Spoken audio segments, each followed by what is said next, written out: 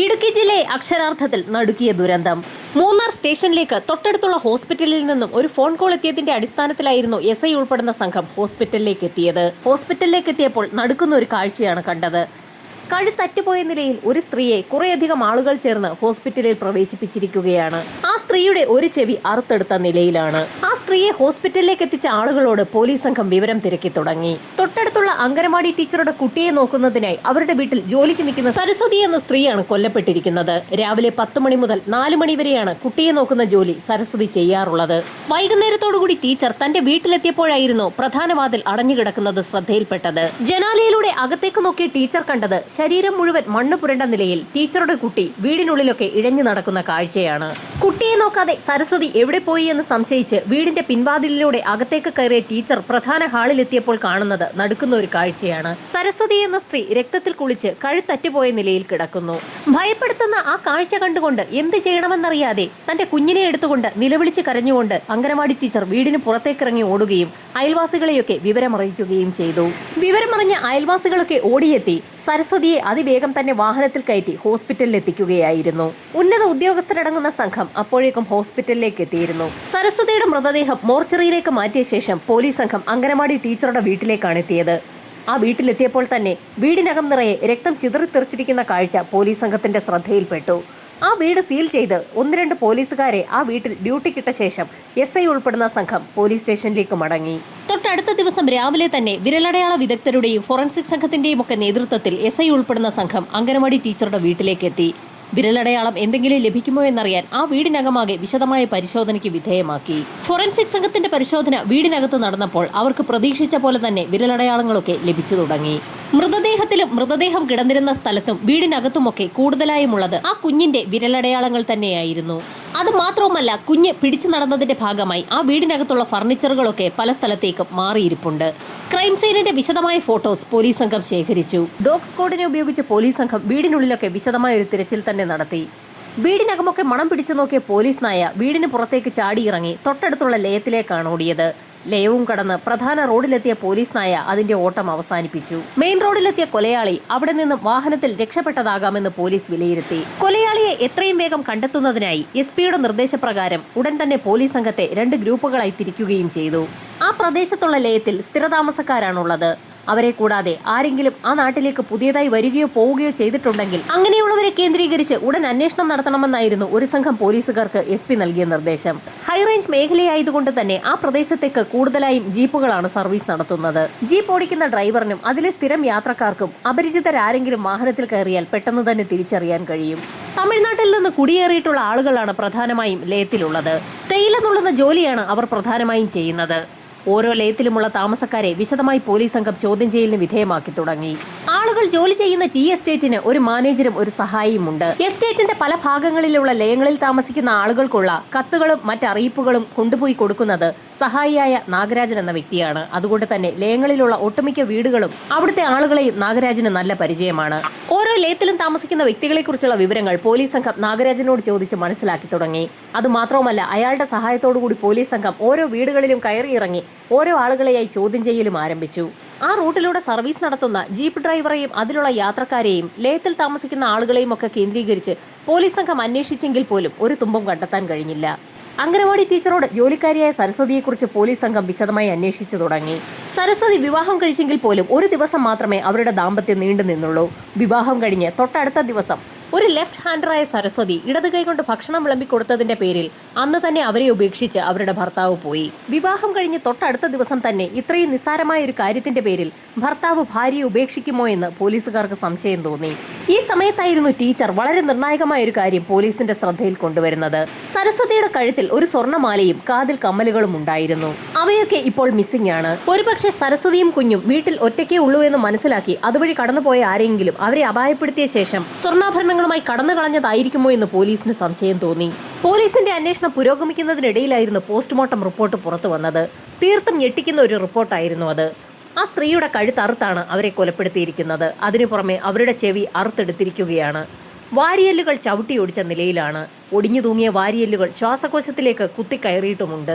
Postmortem report അനുസരിച്ച് രാവിലെ 10 മണിക്കും 12 മണിക്കും ഇടയിലുള്ള സമയത്താണ് സരസ്വതിയുടെ കൊലപാതകം നടന്നിരിക്കുന്നത്. അംഗനവാടി ടീച്ചറെ പോലീസ് സംഘം വീണ്ടും ചോദ്യം ചെയ്തു. 10 മണിക്ക് മുൻപ് തന്നെ അംഗനവാടിയിലേക്ക് ടീച്ചർ പുറപ്പെട്ടിട്ടുണ്ട്. വഴിയിൽ ആരെയൊക്കെയോ കണ്ടെങ്കിൽ പോലും അവരൊക്കെ ആരായിരുന്നു എന്ന് താനിപ്പോൾ ഓർക്കുന്നില്ല എന്ന് ടീച്ചർ പോലീസിന് മൊഴി നൽകി. ടീച്ചറുടെ വീടിരിക്കുന്ന സ്ഥലത്തിന് തൊട്ടു താഴെ ലയങ്ങളാണുള്ളത്. അവിടേക്ക് എത്തി പോലീസ് അന്വേഷിച്ചെങ്കിലും അപരിചിതരായ ആരും തന്നെ അവിടേക്ക് എത്തിയിട്ടില്ല എന്ന് ആ വീടുകളിലുള്ള ആളുകൾ മൊഴി നൽകി. അംഗനവാടി ടീച്ചറെയും അയൽവാസികളെയും ഒക്കെ ചോദ്യം ചെയ്തെങ്കിലും പ്രതിയിലേക്ക് എത്തുന്ന ഒന്നും തന്നെ കിട്ടാത്ത സാഹചര്യത്തിൽ വീണ്ടും ആ വീടിനകമൊക്കെ പോലീസ് സംഘം വിശദമായി ഒന്ന് പരിശോധിച്ചു നോക്കി. ക്രൈം സീൻ വിശദമായി പരിശോധിക്കുന്നതിനിടയിലായിരുന്നു ഒരു പോലീസുകാരന്റെ ശ്രദ്ധ സമീപത്തുണ്ടായിരുന്ന സോഫയുടെ അടിയിലേക്ക് പതിയുന്നത്. അവിടെ സരസ്വതിയുടെ കാതിൽ നിന്നും ഊരിപ്പോയ ഒരു കമ്മൽ കിടക്കുന്നുണ്ടായിരുന്നു. കൊലപാതകയ്ക്ക് കിട്ടാതെ പോയ കമ്മലാണ് പോലീസിന് കിട്ടിയിരിക്കുന്നത്. എന്നാൽ സരസ്വതിയുടെ ഇടത് ചെവിയിലെ കമ്മൽ, ചെവി ഉൾപ്പെടെ കൊലപാതകി അറുത്തെടുത്തുകൊണ്ട് പോയിരിക്കുകയാണ്. ഇതിൽ നിന്നും പോലീസുകാർക്ക് ഒരു കാര്യം വ്യക്തമായി: സരസ്വതിയുടെ ആഭരണങ്ങൾ മോഷ്ടിച്ച കൊലയാളി ഒന്നുകിൽ ആ ആഭരണങ്ങൾ വിൽക്കുകയോ പണയം വയ്ക്കുകയോ ചെയ്യാൻ സാധ്യതയുണ്ട്. സാധാരണയായി ഇത്തരം കുറ്റകൃത്യങ്ങൾ നടത്തുന്ന വ്യക്തികൾ ആഭരണങ്ങൾ മോഷ്ടിച്ചു കഴിഞ്ഞാൽ അത് വിൽക്കാൻ സാധ്യത കുറവാണ്. എവിടെയെങ്കിലും കൊണ്ടുപോയി പണയം വയ്ക്കാറാണ് പതിവ്. മൂന്നാർ ടൗണിൽ തന്നെയുള്ള സ്വർണ്ണപ്പണയ സ്ഥാപനങ്ങൾ കേന്ദ്രീകരിച്ച് പോലീസ് സംഘം അങ്ങനെയാണ് ഒരു അന്വേഷണം നടത്താൻ തീരുമാനിച്ചത്. ടൗണിലൊക്കെ തിരക്കിയെങ്കിലും പോലീസ് ഉദ്ദേശിക്കുന്ന തരത്തിലുള്ള സ്വർണ്ണാഭരണങ്ങൾ അവിടെയെങ്ങും എത്തിയതായി ഒരു കടക്കാർ പോലും മറുപടി നൽകിയില്ല. പോലീസ് അന്വേഷണം ആകെ വഴിമുട്ടിയ സമയത്തായിരുന്നു വീണ്ടും എസ്റ്റേറ്റിൽ തേയില നുള്ളുന്ന ആളുകളെ കേന്ദ്രീകരിച്ച് പോലീസ് സംഘം ഒന്നുകൂടി അന്വേഷണം നടത്താൻ തീരുമാനിച്ചത്. പല ഷിഫ്റ്റുകളിലായി നിരവധി ജോലിക്കാരാണ് അവിടെയുള്ളത്. എസ്റ്റേറ്റ് തൊഴിലാളികളെ ചോദ്യം ചെയ്തിട്ടും പോലീസ് സംഘത്തിന് ഒരു വിവരവും ലഭിക്കാത്ത സാഹചര്യത്തിലായിരുന്നു ആ റൂട്ടിലൂടെ രാവിലെയും വൈകിട്ടും സർവീസ് നടത്തുന്ന KSRTC ബസ് കേന്ദ്രീകരിച്ച് പോലീസ് സംഘം ഒരു അന്വേഷണം നടത്തിയത്. തീർത്തും നിർണായകമായ ഒരു വിവരമായിരുന്നു ബസ്സിലെ കണ്ടക്ടർ പോലീസുകാർക്ക് നൽകിയത്. രാവിലെയും വൈകുന്നേരം ഒരേ ബസ് തന്നെയാണ് അതുവഴി സർവീസ് നടത്തുന്നത്. അതുകൊണ്ട് തന്നെ സ്ഥിരം യാത്രക്കാരെയൊക്കെ കണ്ടക്ടർക്ക് നന്നായി അറിയുകയും ചെയ്യാം. രാവിലെ 8:30ക്കുള്ള ട്രിപ്പിൽ മൂന്നാർ ടൗണിൽ നിന്നും ഒരു വ്യക്തി കയറിയിരുന്നു. അയാൾ ആ ലയത്തിൽ താമസിക്കുന്ന ഒരു ജോലിക്കാരന്റെ സഹോദരനാണ്. ഇടയ്ക്കിടയ്ക്ക് ആ വ്യക്തി ആ ലയത്തിലേക്ക് വരാറുമുണ്ട്. അംഗനവാടി ടീച്ചർ താമസിക്കുന്ന വീടിന് തൊട്ട് താഴെയുള്ള വീട്ടിലെ ഒരു വ്യക്തിയുടെ ബന്ധുവാണ് കണ്ടക്ടർ പറഞ്ഞ ആ വ്യക്തി. ആ ചെറുപ്പക്കാരനെ കുറിച്ച് പോലീസ് സംഘം ഉടൻ തന്നെ അന്വേഷണം ആരംഭിച്ചു. അംഗനവാടി ടീച്ചറുടെ വീടിന്റെ തൊട്ട് താഴെയുള്ള വീട്ടിലെ വ്യക്തി തന്നെയാണത്. ടീച്ചറുടെ വീടിരിക്കുന്ന സ്ഥലത്ത് നിന്നും താഴോട്ടുള്ള ഭാഗങ്ങൾ ലയമാണ്. ആ ലയത്തിൽ നിരവധി ആളുകൾ താമസിക്കുന്നുമുണ്ട്. അവർക്കൊക്കെ പ്രധാന റോഡിലെത്തണമെങ്കിൽ ടീച്ചറുടെ വീടിന്റെ മുറ്റത്തുകൂടി വേണം കടന്നു പോകാൻ. കണ്ടക്ടറുടെ മൊഴി അനുസരിച്ച് മൂന്നാർ ടൗണിൽ നിന്നും ബസ്സിൽ കയറിയിരിക്കുന്നത് ബിനു എന്നൊരു ചെറുപ്പക്കാരനാണ്. അംഗനവാടി ടീച്ചറിന്റെ വീടിന്റെ താഴെയുള്ള വീട്ടിലെ ബന്ധുവായ ബിനുവിനെ തിരക്കി പോലീസ് സംഘം ആ വീട്ടിലേക്ക് എത്തി. ബിനുവിന്റെ സഹോദരിയെ വിവാഹം കഴിച്ചുവിട്ട വീടാണത്. ബിനു താമസിക്കുന്നത് മൂന്നാറിലാണ്. ഇടയ്ക്കിടയ്ക്ക് സഹോദരിയെ കാണാൻ ബിനു അവിടേക്ക് എത്താറുണ്ടെന്ന് അയാളുടെ സഹോദരി പോലീസിന് മൊഴി നൽകി. നേരത്തെ പോലീസ് സംഘം ആ സ്ത്രീയെ ചോദ്യം ചെയ്തതാണ്. അപരിചിതരാരെങ്കിലും വീട്ടിലേക്ക് വന്നിട്ടുണ്ടോ എന്നുള്ള ചോദ്യത്തിന് വന്നിട്ടില്ല എന്നുള്ള മറുപടിയായിരുന്നു അന്നവർ പറഞ്ഞത്. അതിനെക്കുറിച്ച് വീണ്ടും SI ചോദിച്ചപ്പോൾ ബിനു തന്റെ സഹോദരനാണെന്നും അപരിചിതനല്ല എന്നും ആ സ്ത്രീ പോലീസിന് മറുപടി നൽകി. ആ സ്ത്രീയുടെ ഭർത്താവിനോട് എത്രയും വേഗം തന്നെ ബിനുവിനെ പോലീസ് സ്റ്റേഷനിലെത്തിക്കാൻ SI നിർദ്ദേശവും നൽകി. സ്റ്റേഷനിലെത്തിച്ച ബിനുവിനെ പോലീസ് സംഘം വിശദമായി തന്നെ ചോദ്യം ചെയ്തു തുടങ്ങി. സംഭവം നടന്ന ദിവസം അംഗനവാടി ടീച്ചറിന്റെ വീടിന്റെ മുറ്റത്തുകൂടി ബിനു തന്റെ സഹോദരിയെ കാണുന്നതിനായി അവരുടെ വീട്ടിലേക്ക് പോവുകയും തിരിച്ചു പോവുകയും ചെയ്തതിന് തങ്ങൾക്ക് സാക്ഷികളുണ്ടെന്നും സരസ്വതിയുടെ മരണവുമായി ബിനുവിന് ബന്ധമുണ്ടെന്ന് തങ്ങൾക്ക് മനസ്സിലായി എന്നും SI ബിനുവിനെ അറിയിച്ചു. എന്നാൽ തനിക്കൊന്നും അറിയില്ല എന്നും താൻ വന്നു പോകുന്നു എന്ന് കരുതി സരസ്വതിയുടെ മരണം എങ്ങനെയാണ് താനുമായി ബന്ധപ്പെട്ടിരിക്കുന്നതെന്ന് ബിനു പോലീസുകാരോട് ചോദിച്ചു. രാവിലെ 10 മണിക്കും 12 മണിക്കും ഇടയിലുള്ള സമയത്താണ് സരസ്വതിയുടെ മരണം സംഭവിച്ചിരിക്കുന്നത്. ആ സമയത്ത് അതുവഴി കടന്നുപോയ വ്യക്തി എന്ന നിലയിൽ ബിനുവിന് കൊലപാതകവുമായി എന്തെങ്കിലും ബന്ധമുണ്ടാക്കാൻ സാധ്യതയുണ്ടെന്നും കാര്യങ്ങൾ തുറന്നു പറഞ്ഞില്ല എങ്കിൽ ബിനുവിനെ പ്രതി ചേർത്തായിരിക്കും FIR തയ്യാറാക്കുന്നതെന്നും SI ബിനുവിനെ അറിയിച്ചു. താൻ ആകെ പെട്ടു എന്ന് ബിനുവിന് വ്യക്തമായി. ഇതിനോടകം തന്നെ മൂന്നാറിൽ താമസക്കാരനായ ബിനുവാണ് അംഗനവാടി ടീച്ചറുടെ വീട്ടിലെ ജോലിക്കാരിയായ സരസ്വതിയെ കൊലപ്പെടുത്തിയതെന്ന് മൂന്നാറിലുള്ള ആളുകളും എസ്റ്റേറ്റിൽ ജോലി ചെയ്തുകൊണ്ടിരുന്ന ആളുകളുമൊക്കെ അറിയുകയും ചെയ്തു. സ്ഥിരമായി സഹോദരിയെ കാണാനെത്തുന്ന ബിനു ടീച്ചറുടെ വീട്ടിലെ ജോലിക്കാരിയായ സരസ്വതി ആ വീടിന് പുറത്തൊക്കെ നിൽക്കുന്നത് കാണാറുണ്ട്. അങ്ങനെ അവരുടെ ആഭരണങ്ങൾ ശ്രദ്ധയിൽപ്പെട്ട ബിനു അവരെ കൊലപ്പെടുത്തി ആഭരണങ്ങൾ സ്വന്തമാക്കിയതാണെന്ന് ഒരു കഥയും നാടാകെ പരന്നു. വിവരമറിഞ്ഞ ബിനുവിന്റെ സഹോദരി ആകെ അമ്പരന്നു പോയി. തന്റെ സഹോദരൻ ഒരിക്കലും ആ രീതിയിൽ തെറ്റ് ചെയ്യുകയില്ല എന്ന് ആ സ്ത്രീ ആവർത്തിച്ച് അവരുടെ ഭർത്താവിനോട് പറഞ്ഞു. എന്നാൽ ഇതേ സമയം സ്റ്റേഷനിൽ കാര്യങ്ങൾ കൂടുതൽ വഷളാവുകയായിരുന്നു. തനിക്കൊന്നും അറിവില്ല എന്നുള്ള മറുപടിയിൽ തന്നെ ബിനു ഉറച്ചു നിന്ന സമയത്തായിരുന്നു CI ഒരു നിർണായക കാര്യം പറയുന്നത്. സാഹചര്യ തെളിവുകൾ വെച്ച് നോക്കുമ്പോൾ ബിനു തന്നെയാണ് പ്രതിയാകാൻ സാധ്യതയുള്ളത്. അതുകൊണ്ട് തന്നെ ബിനുവിനെ പ്രതി ചേർത്ത് ബിനുവിന് പരമാവധി ശിക്ഷയായ തൂക്കുകയർ തന്നെ വാങ്ങിക്കൊടുക്കുന്ന തരത്തിലുള്ള FIR രേഖപ്പെടുത്താമെന്ന് CI പറഞ്ഞു. തനിക്ക് തൂക്കുകയർ ലഭിക്കാൻ പോകുന്നു എന്ന് മനസ്സിലാക്കിയ ബിനു പോലീസ് സ്റ്റേഷനിലിരുന്ന് ഉറക്കെ കരഞ്ഞു തുടങ്ങി. താൻ എല്ലാ കാര്യങ്ങളും തുറന്നു പറയാമെന്ന് അയാൾ പോലീസുകാരോട് പറഞ്ഞു. തുടർന്ന് ഞെട്ടിക്കുന്ന ചില കാര്യങ്ങളാണ് ബിനു പറഞ്ഞത്. സരസ്വതി എന്ന സ്ത്രീയെ കൊലപ്പെടുത്തിയത് താനല്ല എന്നും പക്ഷെ അവരെ കൊലപ്പെടുത്തിയ വ്യക്തിയെ തനിക്ക് അറിയാമെന്നുമായിരുന്നു ബിനു പോലീസുകാരോട് പറഞ്ഞത്. സഹോദരിയുടെ വീട്ടിൽ നിന്നും ബിനു തിരികെ പോകുന്ന സമയത്തായിരുന്നു അംഗനവാടി ടീച്ചറുടെ വീട്ടിൽ നിന്ന് ഒരു വ്യക്തി ചാടി ഇറങ്ങുന്ന കാഴ്ച ബിനു കണ്ടത്. ആ വ്യക്തിയുടെ ശരീരത്തിൽ രക്തപ്പാടുകൾ ഉണ്ടായിരുന്നുവെന്നും ബിനു പോലീസിനോട് പറഞ്ഞു. ബിനുവിനെ ചോദ്യം ചെയ്ത നിമിഷം മുതൽ തന്നെ അയാളല്ല പ്രതി എന്നുള്ള കാര്യം പോലീസുകാർക്ക് ഉറപ്പായിരുന്നു. എന്നാൽ ബിനു എന്തോ മറയ്ക്കുന്നുണ്ടെന്നുള്ള കാര്യം പോലീസിന് സംശയം തോന്നിയിരുന്നു. അതുകൊണ്ടാണ് പോലീസ് സംഘം അയാളെ ഒന്ന് വിരട്ടി നോക്കിയത്. അതിനിപ്പോൾ ഫലമുണ്ടായിരിക്കുകയാണ്. ടീച്ചറുടെ വീട്ടിൽ നിന്നും പുറത്തേക്കിറങ്ങിയ വ്യക്തിയെക്കുറിച്ച് തനിക്കറിയാവുന്ന കാര്യങ്ങളൊക്കെ ബിനു പോലീസുകാരോട് പറഞ്ഞു. ബിനു പറഞ്ഞതിന്റെ അടിസ്ഥാനത്തിൽ പോലീസ് സംഘം എത്തിയത് ആ ടീ എസ്റ്റേറ്റിന്റെ മാനേജർ താമസിക്കുന്ന സ്ഥലത്തേക്കാണ്. എസ്റ്റേറ്റിലേക്ക് പോലീസ് വാഹനങ്ങൾ വരുന്നത് കണ്ട് ആളുകളൊക്കെ അവിടെ ഓടിക്കൂടി. മാനേജർ പുറത്തേക്കെത്തി പോലീസുകാരോട് കാര്യങ്ങൾ തിരക്കി. കൊലപാതകം നടന്നതിന്റെ ഭാഗമായി എസ്റ്റേറ്റിന്റെ പല ഭാഗങ്ങളും തങ്ങൾക്കൊന്ന് കാണണമെന്നും അതുകൊണ്ട് തന്നെ എസ്റ്റേറ്റിനെ കുറിച്ച് കൂടുതൽ അറിയാവുന്ന മാനേജറുടെ സഹായി നാഗരാജനെ തങ്ങൾക്കൊപ്പം വിടണമെന്നുമായിരുന്നു പോലീസുകാർ എസ്റ്റേറ്റിന്റെ മാനേജറോട് പറഞ്ഞത്. ആ സ്ഥലത്തുള്ള ലയങ്ങളെപ്പറ്റിയും അവിടെയുള്ള ആളുകളെപ്പറ്റിയും ഒക്കെ പോലീസ് സംഘത്തിന് നേരത്തെ വിവരങ്ങൾ നൽകിയത് നാഗരാജൻ തന്നെയാണ്. അതുകൊണ്ട് തന്നെ ബിനു പറഞ്ഞ പ്രതിയെ പിടിക്കുന്നതിനായി പോലീസ് സംഘത്തിനോടൊപ്പം നാഗരാജനും കൂടി. നാഗരാജന് എല്ലാ ലയങ്ങളും അവിടെയുള്ള ആളുകളെയും അറിയാം. ലയങ്ങളിലൊക്കെയുള്ള കത്തുകളും അറിയിപ്പുകളും ഒക്കെ കൈമാറാറുള്ളത് നാഗരാജൻ തന്നെയാണ്. അതുകൊണ്ട് തന്നെ പ്രതിയുടെ വീട്ടിലേക്ക് അതിവേഗം തന്നെ നാഗരാജൻ തങ്ങളെ എത്തിക്കുമെന്നും പോലീസിന് ഉറപ്പായിരുന്നു. നാഗരാജനുമായി പോലീസ് സംഘം അതിവേഗം തന്നെ അവിടെ നിന്നും പുറപ്പെട്ടു. പോലീസ് സംഘം നാഗരാജനുമായി മൂന്നാർ ടൗണിലേക്കാണ് പോയത്.